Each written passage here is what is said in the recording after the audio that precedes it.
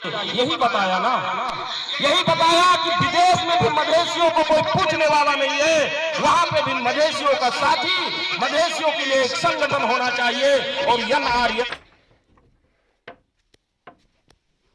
ने गैर आवासीय मधेसी संघ का स्थापना किया, यही उनका जुर्म था ना।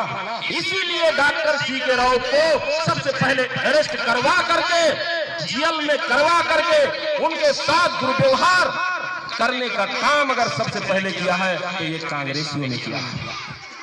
और इसी कांग्रेस में से जब वह अत्याचार पूरा चरम सीमा पे कर लिया कांग्रेस, तो उसी में से कुछ भगोड़े लोग भाग करके लेलनवाद, मार्क्सवाद, माओवाद, फलानावाद, कम्युनिस्टवाद ला करके कम्युनिस्ट बना दिया। बताइए कम्युनिस्ट का नीति क्या है? क्या कम्युनिस्ट में लगे मेरे भाइयों? आपको पता है कि कम्युनिस्ट क्या होता है? सबसे पहले मदन भंडारी ने जब कम्युनिस्ट का यहाँ पे जब एमएलए गठन किया और पूरे देश से लोगों को जमा किया, कम्युनिस्ट वालों को, और सलाह लिया कि यहाँ पे क्या करना चाहिए, यहाँ पे साम्यवाद होना चाहिए कि बहुदलीय जनवाद होना चाहिए। तो सबने यही कहा था उस समय में कि यहाँ पे होना चाहिए तो साम्यवाद होना चाहिए। कोई कम्युनिस्ट के लोग हैं यहाँ पे तो बताइए साम्यवाद होता क्या है? क्या है साम्यवाद? अरे साम्यवाद यही है ना कि न वहां पे कोई धर्म होगा, न वहां पे कोई जात होगा, न वहां पे कोई रीति रिवाज होगा, न कोई आपकी संपत्ति होगी, न आपकी कोई बेटी होगी, न आपकी कोई बहन होगी। जहां जिसको जो मन लागे सो करो। बताइए उस कम्युनिस्ट के नीति को मान के चलने वाला लोग मधेसी हो सकता है? क्योंकि मधेसियों का तो अपना पहचान है, मधेसियों का अपना सम्मान है, मधेसी की अपनी बेटी है, मधेसी का अपना बहू है, अपना भाई है, अपना बेटा है। कम्युनिस्ट में ये सब कुछ नहीं होता है। चाइना में कुछ नहीं है, रसिया में कुछ नहीं है, कोरिया में कुछ नहीं है। वहां पे जिसकी भी बेटी, जिसके भी बेटा के साथ ऐसा आराम रंग रंगेली करे, कोई मतलब नहीं। क्या हम बर्दाश्त कर सकते हैं? तो कौन मधेसी कम्युनिस्ट हो सकता है? इसलिए मैं दावा के साथ कहता हूं कि मधेसी कभी कम्युनिस्ट हो ही नहीं सकता। वो केवल अपने काम के लिए, दलाली करने के लिए, अपना घर बनाने के लिए, अपने को पहचान स्थापित करने के लिए कम्युनिस्ट में लगा दलाल है। मधेसी कभी कम्युनिस्ट हो ही नहीं सकता, क्योंकि मधेसी जात होता है, धर्म होता है, रीति रिवाज होता है। कम्युनिस्ट में वो चीज नहीं होता। तो सबने जब कहा यहाँ साम्यवाद होना चाहिए, तब मदन भंडारी ने क्या कहा? यहाँ अभी साम्यवाद नहीं लागू हो सकता, क्योंकि यहाँ पे मधेसी है। मधेसी अपने धर्म को नहीं छोड़ेगा, मधेसी अपने रीति रिवाज को नहीं छोड़ेगा, मधेसी अपने बहू बेटी को छाड़ा नहीं छोड़ेगा। इसलिए यहाँ पे प्रथम क्या करना चाहिए? नौलो जनवाद लागू करना चाहिए। और वही नौलो जनवाद लागू किया है अभी, वो हमको भरमा रहा है। और नौलो जनवाद को मानने वाले कम्युनिस्ट वाले न वो घोड़ा है और न वो गधा है, तो होंगे क्या? बोलिए उसके बीच वाला क्या होता है? बताओ। न वो घोड़ा है, न वो असली है, न वो पूरा के पूरा नकली है। वो है क्या? घोड़ा और गधा के बीच वाला क्या होता है? खचड़ा होता है, खचड़ा। इसलिए वो कम्युनिस्ट वाले जो नौलो जनवाद को मानते हैं वो खचड़ा है। इसलिए नेपाल में कम्युनिस्ट नौटंकी कर रहा है। आप सबने कम्युनिस्ट के लिए तो सब कुछ किया, 2/3 का सरकार बना दिया, उनको पूरा वोट बहुमत सब कुछ दे करके भेज दिया। लेकिन आज क्या कर रहा है? एक सरकार चला रहा है, दूसरा आंदोलन करवा रहा है, तीसरा जंगल में बैठा है, चौथा हमको हमारी हत्याएं कर रहा है कि नहीं कर रहा है? वो कम्युनिस्ट का नौटंकी है, क्योंकि खचड़ा हमेशा नाचते रहता है। वो गधा का भी काम नहीं कर पाता, घोड़ा का भी काम नहीं कर पाता। इसलिए मधेसी कभी कम्युनिस्ट हो ही नहीं सकता। और जैसे यहाँ पे कम्युनिस्ट शासन आया, कम्युनिस्टों ने क्या किया? हमको सर्वप्रथम इंसान नहीं गिना, हमको आदमी का भी दर्जा नहीं दिया। मनु मखू मरसिया काले बिहारे इंडियन देसी धोती कहने वाला सर्वप्रथम अगर किसी ने काम किया है तो कम्युनिस्ट वालों ने किया। और हम जितना भी आंदोलन कर दे, जितना भी खून बहा ले, कोई मतलब नहीं रखने वाला। मतलब प्रधानमंत्री की कुर्सी पे बैठ करके केपी शर्मा ओली जैसे लोग क्या कहते हैं? 2-4 वोट आप झड़ते में कोई फर्क पड़ नहीं। आपने आंदोलन किया, मेची से महाकाली तक पूरा लाइन लगा दिया, लेकिन उसको भी क्या कहा, माथे सांग लो। मानव सांग लो नहीं, माथे सांग लो। प्रमाणित करता है कि आपको एक मक्खी के समान भी नहीं मानता।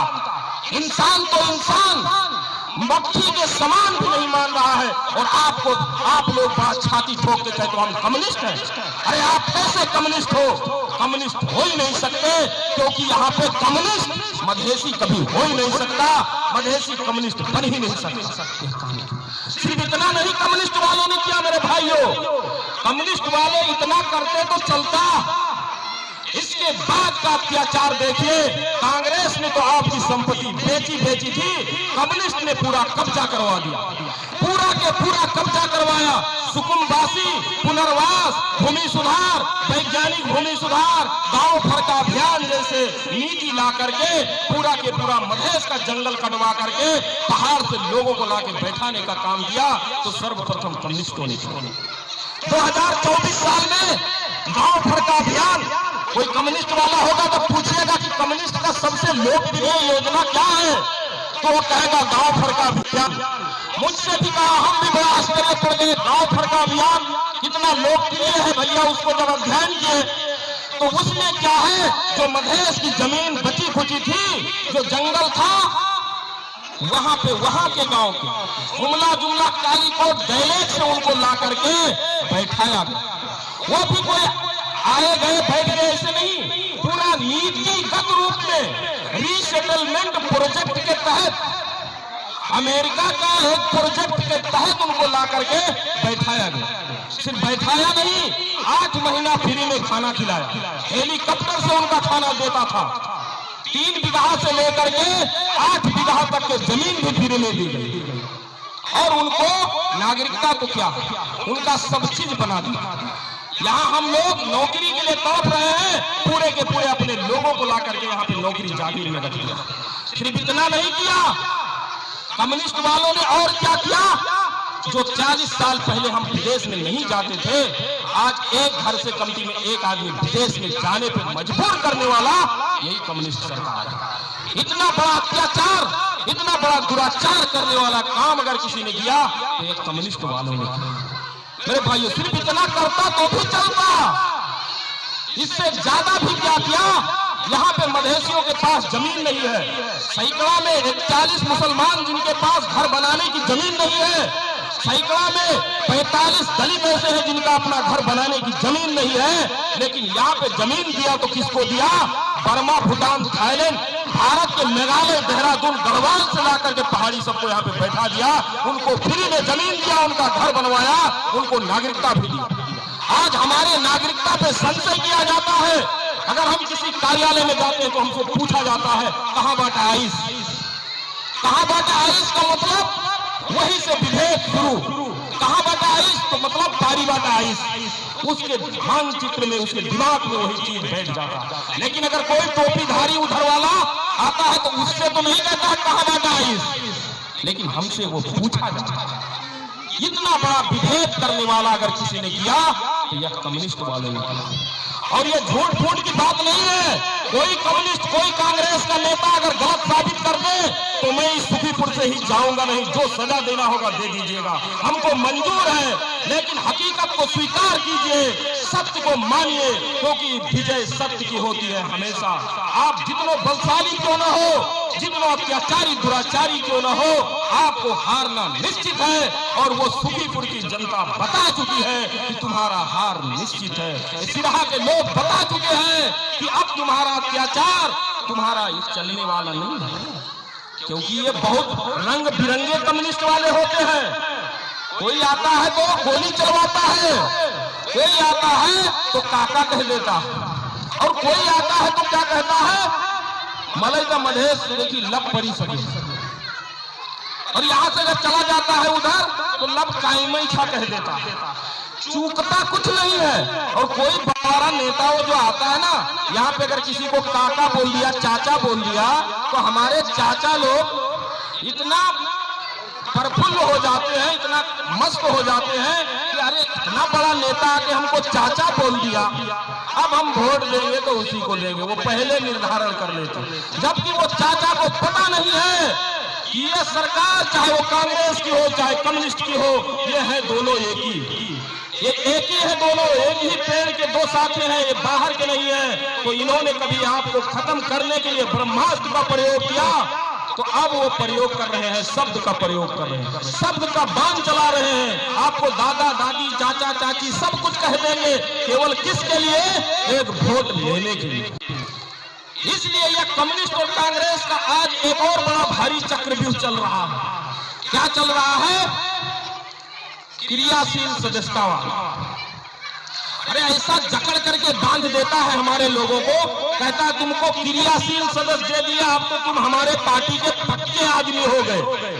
तुम्हारे बेटा को मारता है, तुम्हारे भाई की हत्या करता है, तुम्हारे बहन की बलात्कार करता है, हमारे साथ दुराचार करता है, अन्याय करता है, लेकिन आपको एक कागज का टुकड़ा दे दिया, कहा क्रियाशील सदस्य बन गए तुम, अब तुम कम्युनिस्ट और कांग्रेस के आजीवन सदस्य हो गए। कह के हमको क्या करता है?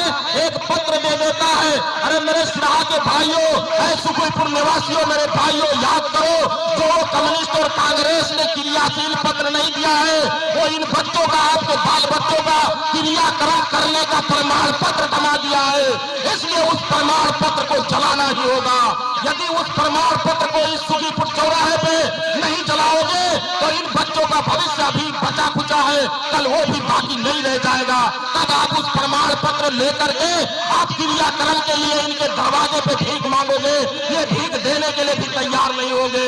मेरे भाइयों, इसलिए उस क्रियाशील सदस्यता को जला डालो और बता दो इस दुराचारी अत्याचारियों को कि ये मधेश की भूमि है, ये किसी लाल भूमि नहीं है, किसी कम्युनिस्ट की भूमि नहीं है, किसी कांग्रेस की भूमि नहीं है, ये हमारे बाप दादाओं की भूमि है, राजा सलेश की भूमि है, दीनानाथ भद्री की भूमि है, बाबा नंद की भूमि है। ये भूमि पे कोई दूसरा शासक आकर के हमारे छाती पे बूट और गोली मारे, ये हमको सहने के लिए नहीं है। हम मधेसी कोशिश का निर्णय करेंगे कि यहाँ पे किसका शासन होना चाहिए, किसका प्रशासन होना चाहिए, कौन यहाँ पे राज करेगा, उसका निर्धारण हमको करना होगा। बता दीजिए इन अत्याचारियों को और इनका क्रियाशील सदस्यता जला करके बता दीजिए। बोलिए, इनका क्रियाशील जलाओगे कि नहीं जलाओगे? हाथ उठा के बताओ। हमको ताली नहीं चाहिए, हाथ उठा हुआ चाहिए। मेरे सिराहा के निवासियों, सुखीपुर वासियों, इसका क्रियाशील सदस्यता जला करके प्रमाणित कर दीजिए कि हम मधेश में शासन चलेगा तो मधेसी का चलेगा, वो भी अगर किसी पार्टी का शासन होगा तो जनमत पार्टी के लोगों द्वारा बनाया गया सरकार का होगा। यही बताया ना, यही बताया कि विदेश में भी मधेसियों को कोई पूछने वाला नहीं है। बोतल दारू देंगे, एक साड़ी दे देंगे, काफी है, इतना काफी है, तो विकास करने का नौटंकी कौन करेगा? जब तक मिले खाते रहो, जब तक मिले अपने जेब में रखते रहो। इनको जब मिलेगा एक बोतल दे देंगे, हो गया। शाम को दिया, सुबह वोट ले लिया, यही करते हैं ना। और आप क्या करते हैं मेरे भाइयों? इसी में भिक्षा, उसको इतना बड़ा अधिकार दे देते हो अपना, जो वोट का अधिकार है, जो आपके बच्चों का भविष्य बनाने वाला अधिकार है, वो आप सीधे सीधे दे देते हो बोतल में। जबकि आप सब अंबेडकर को जानते होंगे। अंबेडकर जी एक ऐसे नेता हुए मेरे दलित भाइयों, आपका बेटा ऐसा बेटा हुआ कि वोट के अधिकार के लिए गांधी को भी स्वीकार नहीं किया। कहा गांधी, अगर जब तक तुम दलित भाइयों को वोट देने का हक नहीं दोगे, तब तक हम तुम्हारे मिशन को भी स्वीकार नहीं करेंगे। इतना बड़ा चैलेंज करके, और भारत में संविधान निर्माण करने वाला आपका ही संतान, आपका ही बेटा है। सुहेलदेव का नाम सुने होंगे मेरे दलित भाइयों। सुहेलदेव एक ऐसे राजा हुआ करते थे जो पूरे दलित भाइयों का मान थे, सम्मान थे, पहचान थे। उन्होंने इतना तो इतना मुगल सम्राट को भी तबाह किया था, वो सुहेलदेव को भी आप भूल जाते हो और अपना वोट चंद पैसों में बेच देते हो मेरे भाइयों। इसलिए अधिक को पहचानो। यदि आपको अपना हक चाहिए, अपने बाल बच्चों का हक चाहिए, तो किसी नेता का राहत नहीं लो, उस नेता का हाथ पकड़ के बोलो कि अब हमको राहत नहीं, हमको रोजगारी चाहिए, हमको रोजगारी तो राहत नहीं चाहिए, तुम्हारी भीख हमको नहीं चाहिए। जब तक आपको रोजगारी नहीं मिलेगा, तब तक आपके बाल बच्चों का लालन पालन पोषण शिक्षा दीक्षा स्वास्थ्य कुछ भी नहीं हो सकता। इसलिए हमको राहत नहीं दलित भाइयों, हमको रोजगारी चाहिए। अब बताइए, आज 3 तरह का सरकार बना बैठा। हमारी हालत क्या है? प्रत्येक दिन 1000 से 1500 युवा एयरपोर्ट से विदेश जाता है, इसका जिम्मेदार कौन? प्रत्येक दिन महिलाओं का बलात्कार होता है, इसका जिम्मेदार कौन? अस्पताल में दवा और इलाज नहीं होता है, इसका जिम्मेदार कौन? स्कूलों में अच्छी पढ़ाई नहीं होती है, उसका जिम्मेदार कौन? हमारा युवा भाई दर बदर भटकता है, इसका जिम्मेदार कौन? आपको रोजगारी नहीं दिया जाता है, इसका जिम्मेदार कौन? आपके साथ अन्याय किया जाता है, आपका घर तोड़ा जाता है, बुलडोजर चलाया जाता है, इसका जिम्मेदार कौन? कौन है? आपने तो अपनी सारी सरकार बना ली, आपने तो अपना सारा व्यवस्था बना लिया, लेकिन आपके जीवन की अवस्था में कोई सुधार आया? इसका जिम्मेदार कौन? आने वाले इलेक्शन में जरूर पूछिएगा कि इसका जिम्मेदार कौन?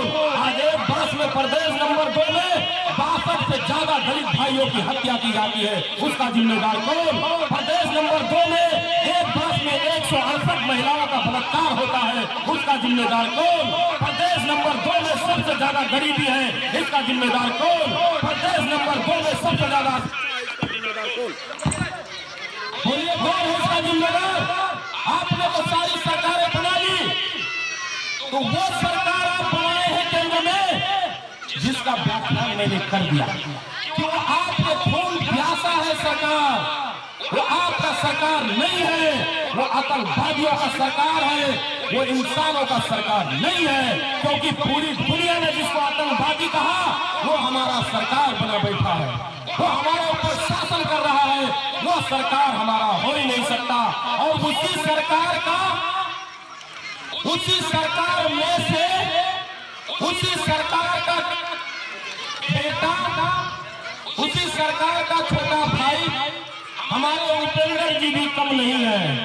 जब मधेश में आंदोलन हुआ, 62-63 में मधेसी आंदोलन कर रहे थे, तो उपेंद्र जी हमारे माओवादी में थे, माओवादी। और माओवादी जानते हैं ना क्या किया? खैर वो कम्युनिस्ट वाला में आ गया, ज्यादा समय है नहीं।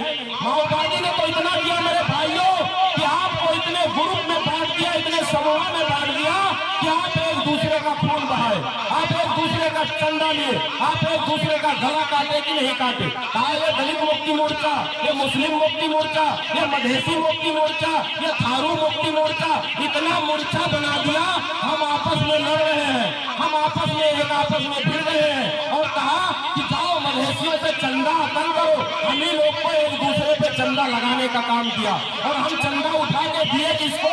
वो चप्पल छाप प्रचंड को दिए, जो एक मास्टर हुआ करता था, एक टीचर हुआ करता था प्राइमरी स्कूल का, आज अरबपति का मालिक बना बैठा है। तो पूरा के पूरा माओवादी ने हमको डिवाइडेड किया।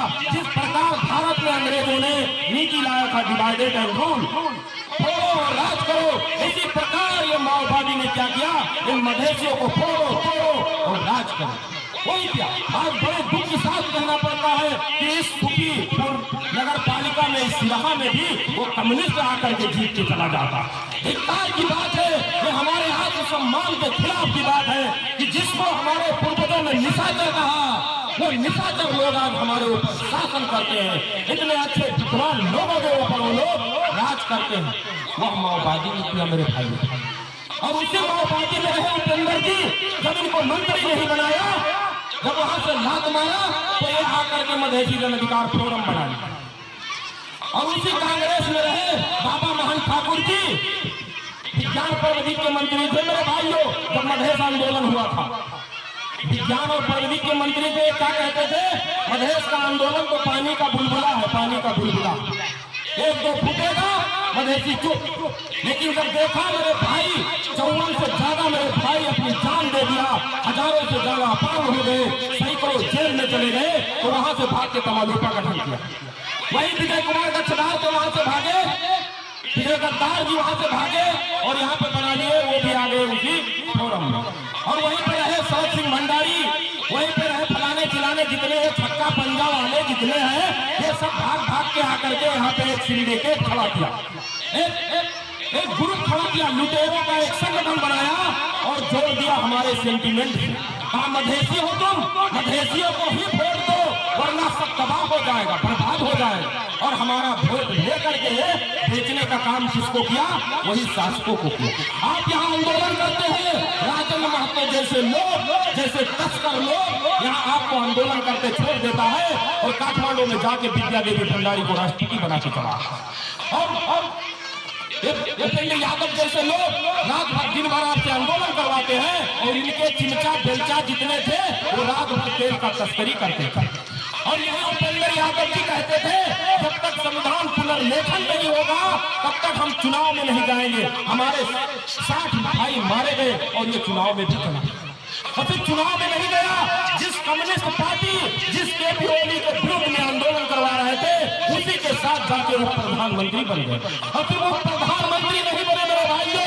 इन्होंने कहा कि आप कम्युनिस्ट पार्टी को केपी ओली को मधेश निषेध किया जाएगा, लेकिन उसी केपी ओली को ला करके आपने इसी जनकपुर में स्वागत भी करवाया और बड़ा बड़ा द्वार भी बनवाया, ताली भी बनवाया।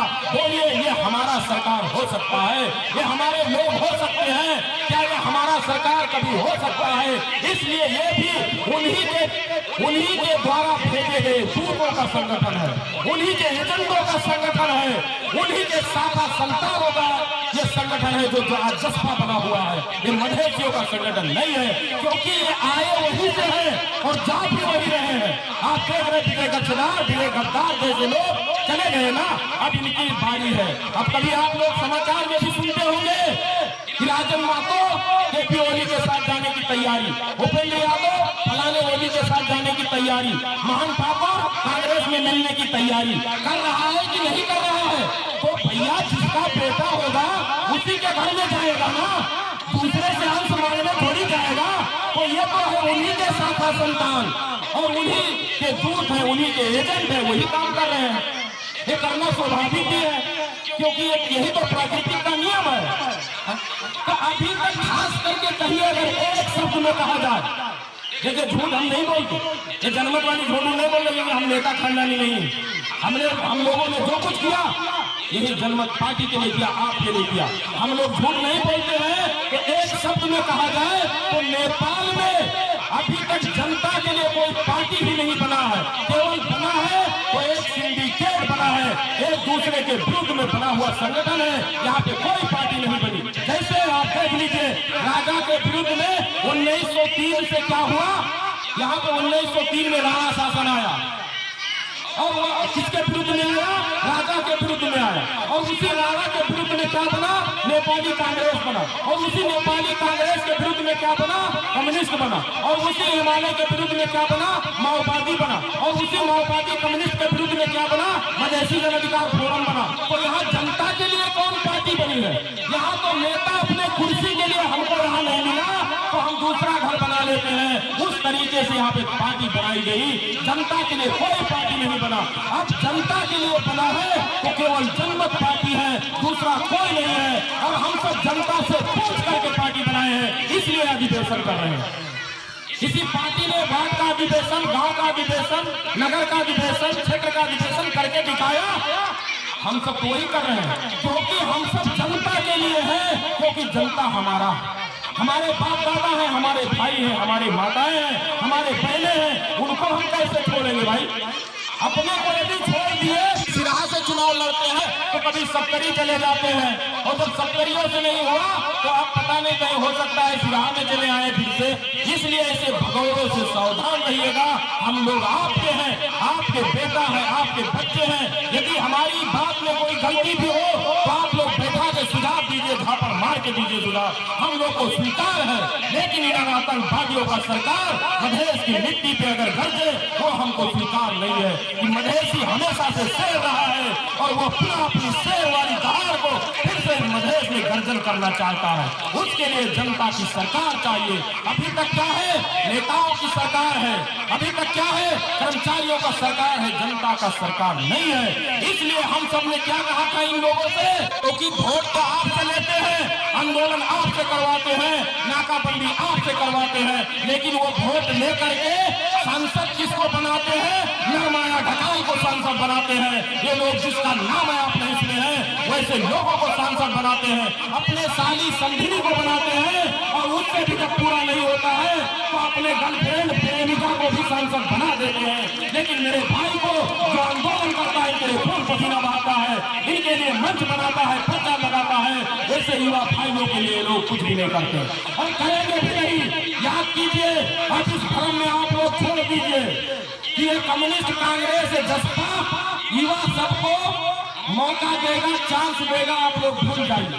क्योंकि वो ढूंढता है करोड़पति को, जो सूटकेस लेकर के पैसा लेकर के जाएगा, उसी को टिकट देता है, उसी को अपना नेता मानता है, या आंदोलनकारियों को नेता नहीं मानता है। और इसका उदाहरण आपके इसी मिर्चैया में मेरे एक भाई ने उसकी मेले के परसों वो भी कह रहे थे कि क्या करें मेरे भाई, हम जिला के उपाध्यक्ष हैं, इसी समाजवादी के जिला उपाध्यक्ष हैं, लेकिन हमने तो उपेंद्र यादव को भी चैलेंज किया, उनके भाई का वीडियो भी सार्वजनिक हुआ था कि उपेंद्र जी तुम हमारे लिए नहीं हो, अब हमको तुम्हारे साथ नहीं रहना है, तुम लोग गलत कर रहे हो। वो खुद आप महसूस कर रहे हैं, उसको हमको कहने की क्या जरूरत। और इसीलिए तो जनमत पार्टी आपके लिए पूरा के पूरा प्लेटफॉर्म खुला रखा। आओ, आपका स्वागत करते हैं, आप आइए हमारे साथ, आप ही लोग नेता रहिए, आप ही लोग लड़िए, आप ही लोग जीतिए, लेकिन अपने बहन, अपने बाल बच्चों, अपने बुजुर्गों का जो है अपना सम्मान किसी दूसरे के हाथ में मत दीजिए। इसलिए आप ही लोग नेता बनिए, आइए, आपका स्वागत है, आपका गला भी मिलाएंगे, सीना भी मिलाएंगे मेरे भाई, और वक्त आएगा तो गला कटाने की हिम्मत भी स्वराजी रखता है, एक मेरा भाई रखता है। इसलिए हम लोग सदैव लाल गमछा, लाल रुमाल को हमेशा गर्दन में लटका कर घूमते हैं। ये फांसी का फंदा का निशान है कि हमको मरना भी पड़ेगा तो इस धरती के लिए अपनी जान को भी कुर्बान कर देंगे, लेकिन इन अत्याचारियों के हाथ में मधेश की सत्ता को नहीं देंगे, इनका अत्याचार मिटा के रहेंगे। इसलिए अब आप सबको भी समझना होगा, आप किसी भी पार्टी में क्यों ना लगे हो, कहीं पे भी क्यों ना हो, मतलब नहीं, लेकिन आओ, ये आपका घर है। अरे मेरे भाई, भाड़ा के घर पे कब तक रहोगे? जब तक रहोगे ना, जब तक उसको किराया दोगे, रेंट गिरते रहोगे, तब तक रहोगे ना। और जिस दिन भाड़ा देना छोड़ दोगे, क्या करेगा वो? घर से निकाल देगा। ये कांग्रेस, कम्युनिस्ट, ये जसपा भाड़ा का घर है मेरे भाई। जब तक आप अपने गांव से, अपने लोगों से इनको वोट दिलवा रहे हो, तब तक ये आपके हैं। जिस दिन वोट दिलवाना छोड़ दोगे, ये वहां से आपको लात मार के निकाल देंगे। लेकिन जनमत पार्टी आपकी पार्टी है, आपका संगठन है, ये आपका घर है, झोपड़ी क्यों ना हो, लेकिन ये आपका है। इससे से निकालने का हिम्मत कोई कर ही नहीं सकता।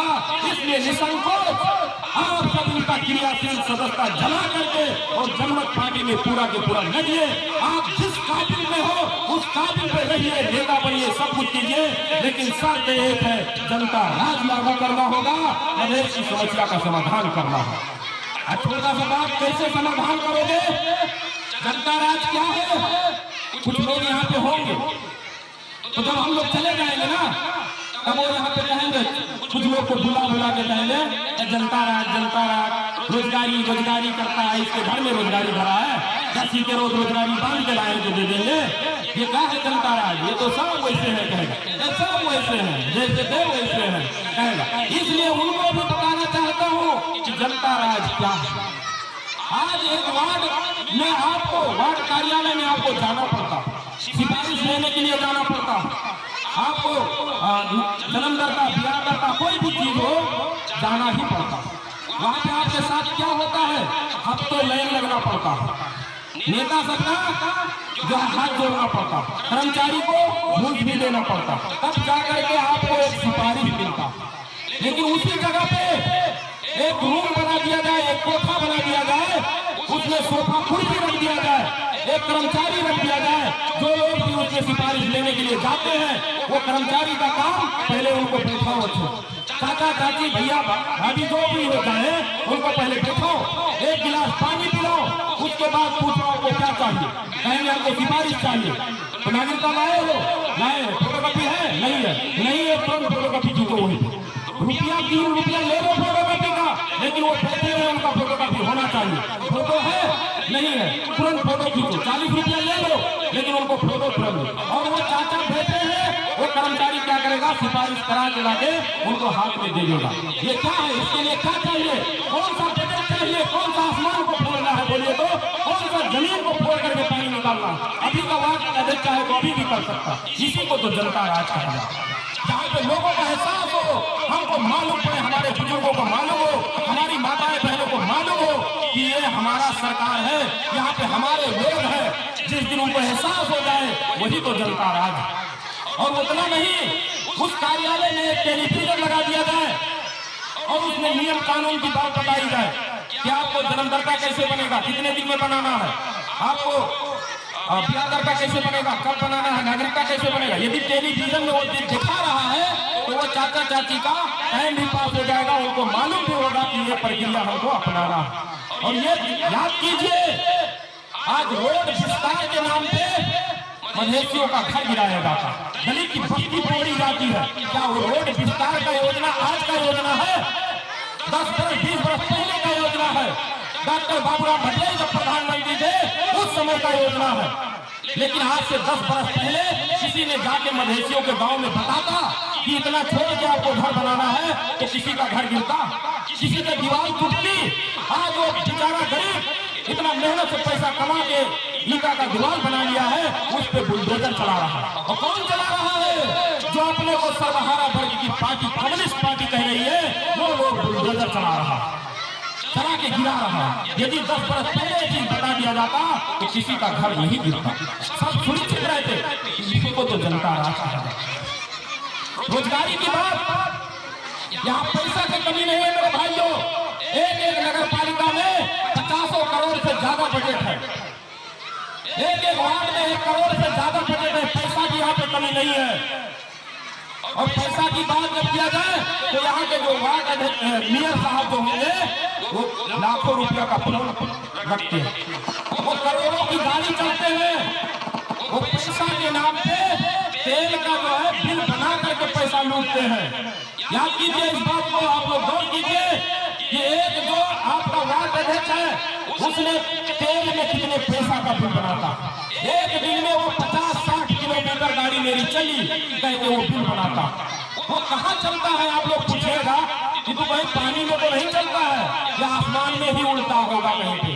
और वो बिल बनाते हैं, लाखों लाख रुपया उसमें चला जाता। सीमा विकास के नाम पे पिकनिक मनाते हैं ये लोग, करोड़ों रुपया पिकनिक पे खत्म करते हैं। या चाय और समोसा के नाम पे आप देख लीजिए किसी भी वार्ड का, एक वार्ड में लाखों रुपया से ज्यादा समोसा और चाय में चला जाता। तो विकास क्या होगा? आपका पैसा जितना है वो नाजायज खर्च हो रहा। वहीं पे अगर 5 लाख रुपया का लगानी करके एक झोला बनाने का छोटा फैक्ट्री खोल दे, ऊन का झोला, तो सैकड़ों मेरी माताएं बहनें उसमें काम करेंगे। जो कंपनी में 15 से 20 हजार रुपया वो कमाएंगे, 4 घंटा काम करेंगे। एक वार्ड में 2 जगह पे सोडा, साबुन, मोमबत्ती, अगरबत्ती, माचिस का छोटा छोटा फैक्ट्री खोल दे तो सैकड़ों युवा लोग उसमें काम करेगा। एक वार्ड में एक ही जगह पे 10 को कपड़ा सिलने वाला मशीन रख दे, गारमेंट खोल दे, 50 लोग उसमें काम करेगा कि नहीं करेगा? शिक्षा स्वास्थ्य को छोड़ दीजिए, कृषि को छोड़ दीजिए, केवल छोटा छोटा वो भोगीकरण करके यदि काम कर दे तो एक वर्ष में हम 300 लोगों को डायरेक्ट रोजगारी दे सकते हैं। ये कमिटी में 20-25 हजार रुपया कमा सकता है और उसमें लगाने कितना लगेगा? 40 हजार रुपया लगेगा, 40 लाख रुपया लगेगा। 40 लाख रुपया में 300 लोगों को रोजगारी दिया जा सकता है। अब बताइए, यदि जनमत पार्टी की सरकार 5 वर्ष रही तो कितना हुआ? 5 × 3 1500 परिवार। 1500 परिवार को केवल छोटा सा उद्योगीकरण करके डायरेक्ट हम लोग रोजगारी दे सकते हैं। एक वार्ड में कितना घर होगा? बहुत होगा तो 1500 से 2000, इससे ज्यादा घर नहीं है। बताइए, एक घर एक रोजगारी का व्यवस्था कर सकते हैं कि नहीं कर सकते? अब वो यदि आएगा बहकाएगा कि ये झूठे कह रहे हैं तो झापड़ देना कि तुझको 3 वर्ष चला लिया, 10 को भी रोजगारी दिया हो तो बताओ, कभी दिया है 10 आदमी को? और याद कीजिए, आपके वार्ड में आपका पैसा है, मुझे मालूम है कि समय नहीं है आप लोग के पास, लेकिन मैं छोटा सा बात कह देता हूँ। आपके पास पैसा नहीं है, मैं मानता हूँ, समय नहीं है, मैं मानता हूँ, लेकिन एक वार्ड, एक गांव पालिका, नगर पालिका में आपके लिए महिला का पैसा है, वृद्ध का पैसा है, युवा का पैसा है, कहाँ जाता है किसको पता है? यहाँ पे बैठे आप लोग बताओ कि हमारा पैसा कहाँ जाता है, किसी को पता है? हाथ उठा के बताओ, किसी को पता नहीं। अब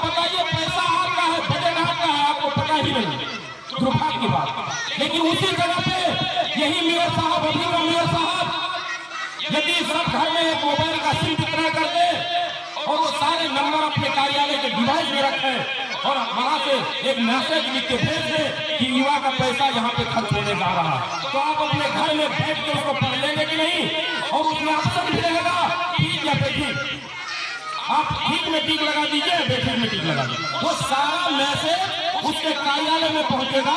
उसको वो देख करके निर्णय करे कि बहुत संख्यक लोग 50% से ज्यादा, सैकड़ा में 50 लोग से ज्यादा लोग क्या कहता है, इस योजना को पारित करता है कि नहीं करता है। यदि पारित करता है तो आप लगाइए, नहीं पारित करता है तो पुनः आप योजना बनाइए, तब ना विकास होगा।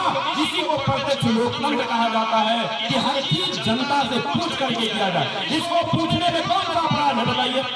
वो समोसा का पैसा का भी खर्च नहीं होगा, जो चाय में पैसा उड़ा दिया जाता है वो भी खर्च नहीं होगा। और ये आपको पता होगा कि आपके गांव पालिका, नगर पालिका, आपके वार्ड में आपका पैसा खर्चा जा रहा है।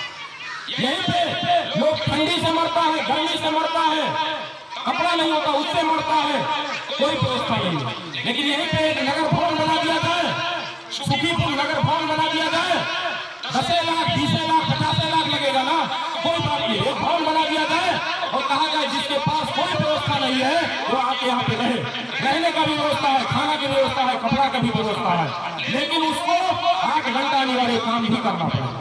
जो मेरा भाई, जो मेरा बुजुर्ग जिसके पास कुछ नहीं है वो रहेगा, खाएगा, बैठेगा और 8 घंटा काम भी करेगा। जब वो काम करेगा तो 500 रुपया हुआ ना उसका, 200 रुपया काट दीजिए। आप अपने जो खाना कपड़ा रहने का देते हैं ना, 200 रुपया काट लीजिए, फिर भी उसका 300 रुपया बचा कि नहीं बचा? तो जो आदमी ठंडी गर्मी कपड़ा रहने की वजह से मरने की स्थिति में था, उसका जान भी बच गया और 1 महीना के बाद जाएगा तो 10,000 रुपया भी लेके जाएगा। इसी को तो समाजवाद कहा जाता है और इसी को हम सब लागू करना चाहते हैं। ये कोई नगर पालिका अभी भी कर सकता है, पैसा की कमी नहीं है, कोई रोक भी नहीं रहा है। ये झूठ बोलना कहता है फलाना नहीं करने देता है, धमाका नहीं करने देता, ऐसा कुछ नहीं है। ये अच्छा काम, विकास का काम कर सकता है, कोई रोकने वाला नहीं है। लेकिन इनके पास क्या नहीं है, विजन नहीं है, अच्छे लोग नहीं है, गुंडा तस्कर लोग राजनीति करते हैं, अच्छा खासा पढ़ाने का लोग राजनीति नहीं है। इसलिए मतलब सार संक्षेप में आप समझे तो अभी यहाँ पे अपना शासन नहीं है, अपना राज नहीं है, अपना सरकार नहीं है। इसलिए ये सरकार कोई भी हो, चाहे वो केंद्र का हो, प्रदेश का हो, स्थानीय का हो, यदि आप बदलाव चाहते हैं तो इस सरकार को उखाड़ के फेंकना होगा। वहाँ पे जनता की सरकार बनानी होगी, वो जनमत पार्टी की सरकार बनानी पड़ेगी। इसके बाद हमारी सारी समस्या का ही समाधान होगा, दूसरा विकल्प कुछ नहीं है। इसलिए निसंकोच आप लोग जनमत पार्टी में जुड़िए और जनता राज लागू कीजिए। बोलिए कितने लोग जनमत पार्टी के लाउड स्पीकर में मोहर लगाना चाहते हैं, हाथ उठा के बताइए। सब लोग हाथ उठा के बताइए, पूरा विश्वास के साथ, आप विश्वास के साथ ताली बजा के बताइए मेरे भाइयों, ताली बजा के बताइए।